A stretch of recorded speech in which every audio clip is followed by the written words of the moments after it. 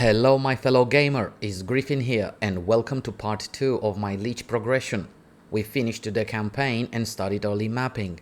We've upgraded few crucial items and added few new skills that made our character's journey much smoother. Let's talk about it. Let's dive in. Gear. We purchased a new amulet for 5 exalts with +2 to all spell skills with a bit of extra life and energy shield. Also, we've purchased this focus for 15 exalts with spell damage and +2 to all spell skills. Just these two upgrades doubled our character's damage.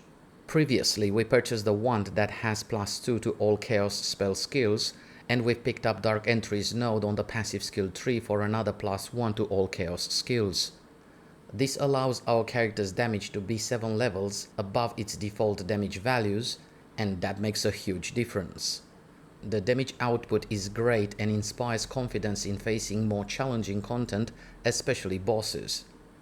We also managed to upgrade few other pieces of gear for more defensive layers, although still quite rubbish items we found during the campaign because we keep the currency we found so far to buy proper gear on trade in the near future and not spending it on upgrades at the moment. Gems. For Contagion, we added Hinder support that will slow enemies as it spreads. It is very useful as it gives our character more time to reposition or dodge incoming attacks much easier. For Essence Drain, we've added Intense Agony, although considered casting represents a great choice as well. Most likely it will be the 5th support gem in the near future.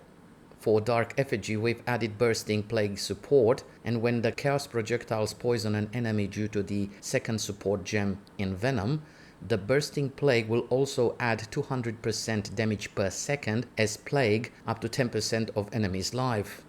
We've also added Sacrifice, Skeleton Reavers, Soul Offering and Profane Ritual. Sacrifice will treat our reviving minions as corpses, therefore we can cast Profane Ritual on our skeletons during boss fights.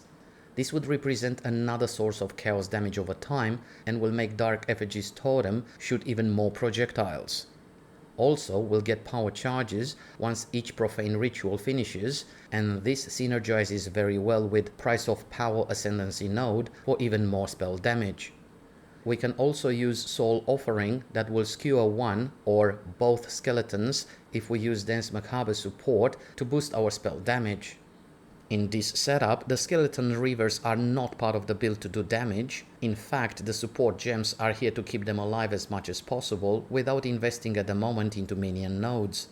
They are here to distract the boss or monsters, to give us time for defensive maneuvers or a larger window of time to cast the offensive spells, also to boost our character's damage when casting Profane Ritual or Soul Offering mentioned earlier. Passive skill tree. We managed to get Event Horizon and Spaghettification nodes for more chaos damage, and also Pure Energy, Dampening Shield, Melding, Patient Barrier and Ingenuity for substantial increase in energy shield.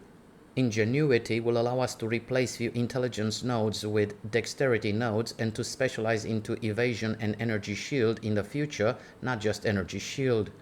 Also, better gear with more energy shield and evasion would be required while trying to cap our character's elemental resistances. Ascendency. We've unlocked the 2nd major Ascendency node and we've selected Necromantic Conduit for more chaos damage and Soulless Form for excellent mana regen. The 3rd major Ascendency node will require additional testing. The Eternal Life would represent a fantastic defensive node. If we'll continue to use Sacrifice and Profane Ritual, then Price of Power node also looks appealing. Blackened Heart is also great, but we'll need to invest more into mana nodes. Eldritch Empowerment is also powerful, but as mentioned in the previous video, if our character gets hit and doesn't have energy shield, cannot cast any spells until starts to recover enough energy shield because of the 3% additional energy shield cost for spells mentioned in its node description. A great duel with very good rolls regarding energy shield, spell damage, chaos damage and mana would represent a good reason to select Crystalline Phylactery node. Further testing will be required, so stay tuned for the part 3 of this video when we'll reach higher tier maps and we'll venture deeper into endgame. I hope you found this video useful. If you enjoyed it, feel free to give it a like and don't forget to subscribe, as it will help our channel a lot and would be much appreciated. More POE 2 content is coming soon, so stay tuned for that. Thank you so much for watching. All the best. Bye.